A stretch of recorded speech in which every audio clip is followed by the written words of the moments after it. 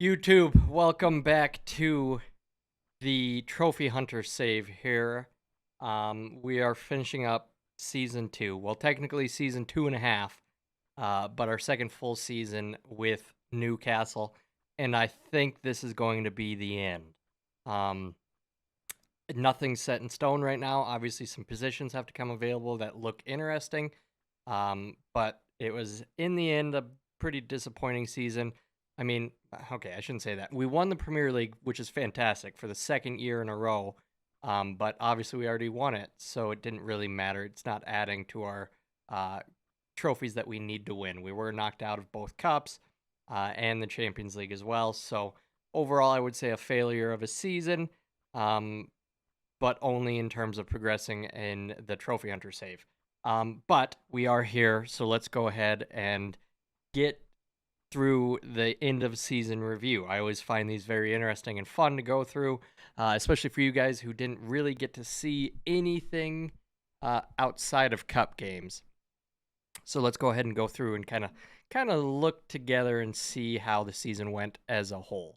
So obviously the new arrivals, we have Liao who came in, was fantastic for us. Kind of overshadowed by Tresoldi though, the young 20-year-old Italian, I do believe.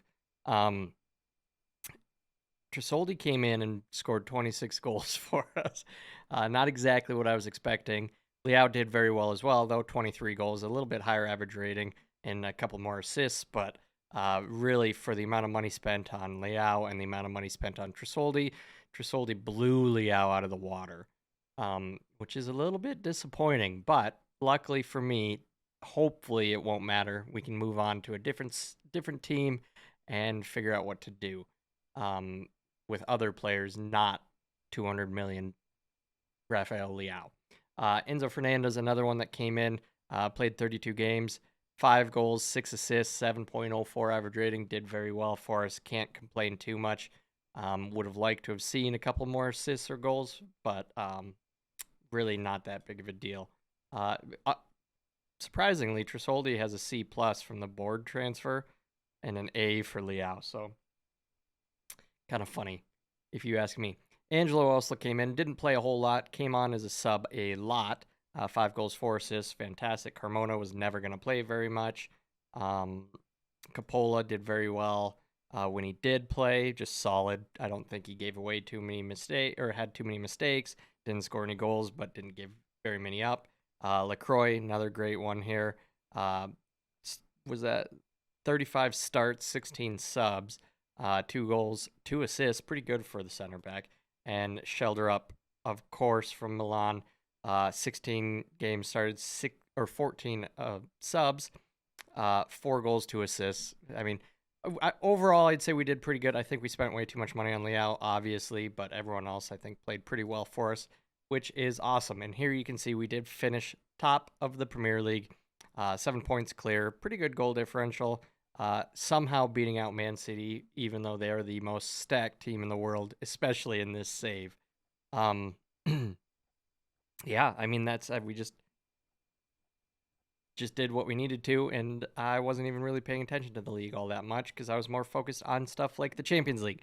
Getting knocked out by Real Madrid was a bit of a heartbreak. We won 1-0 in the first leg, 2-0 loss in the second to knock us out. FA Cup. Chelsea beat us 2-1. Just not very good for us. Carabao Cup, Liverpool. Obviously, we got some rough draws in the Carabao Cup. We had to play Manchester United, Tottenham, and then Liverpool, and we lost to Liverpool on penalties, which sucks. And the Community Shield winners over Manchester United was just a nice little cherry to the ice cream. Moments to remember. Biggest win in the FA Cup, Morecambe, 6-0.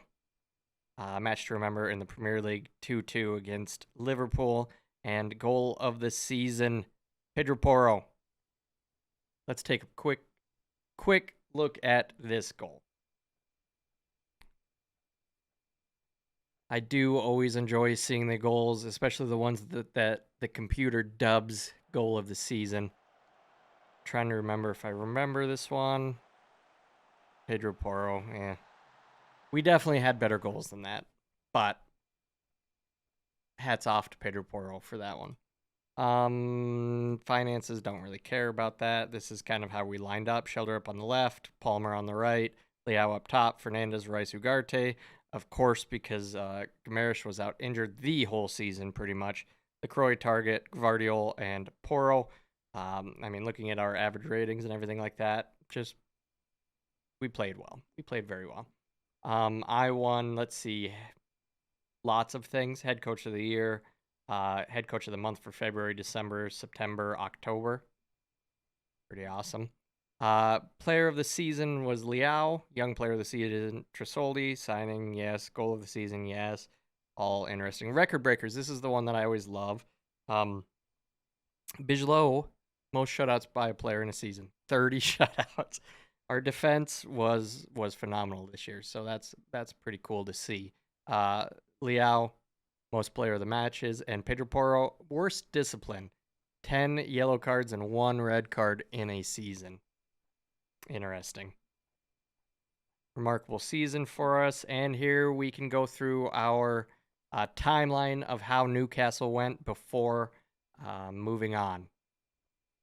You guys can go ahead and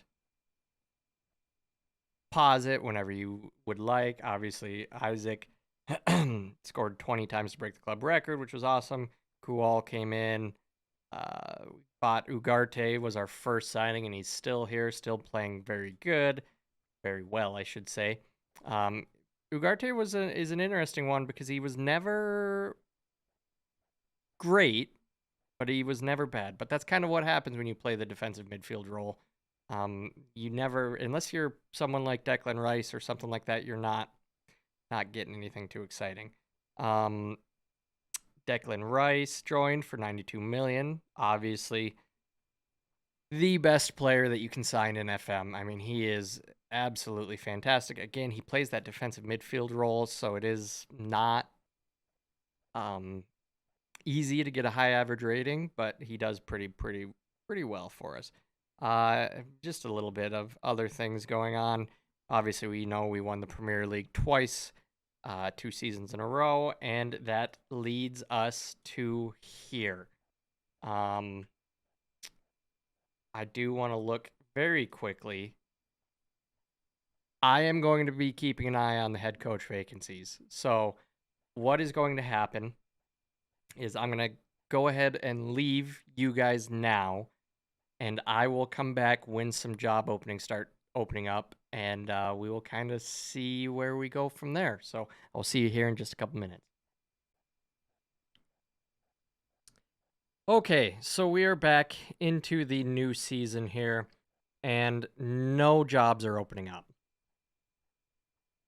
None. I mean, absolutely none. So I don't really know what I'm going to do at this point. I'm going to keep looking at Job Center. I mean, as far as even job security here, there is almost nothing that even looks interesting that is insecure. You've got a couple of national teams here, but I mean, nothing that I'm wanting. Obviously, you look at stable. They're stable. They're not gonna get a new coach. So I think what we're gonna have to do is continue for one more season with Newcastle, and ideally win the FA Cup and the Carabao Cup. Honestly, we'll see what we can make for some signings and stuff like that. But I am going to almost every day be checking the job center and applying for any jobs that do look interesting, and kind of go from there. So that is going to be the end of this episode. Next episode will be more than likely just our start of the new season episode where we go over our new signings and stuff like that. And I guess I will see you then. So thank you guys so much for watching. I really do appreciate it, and I'll see you in the next one. Peace.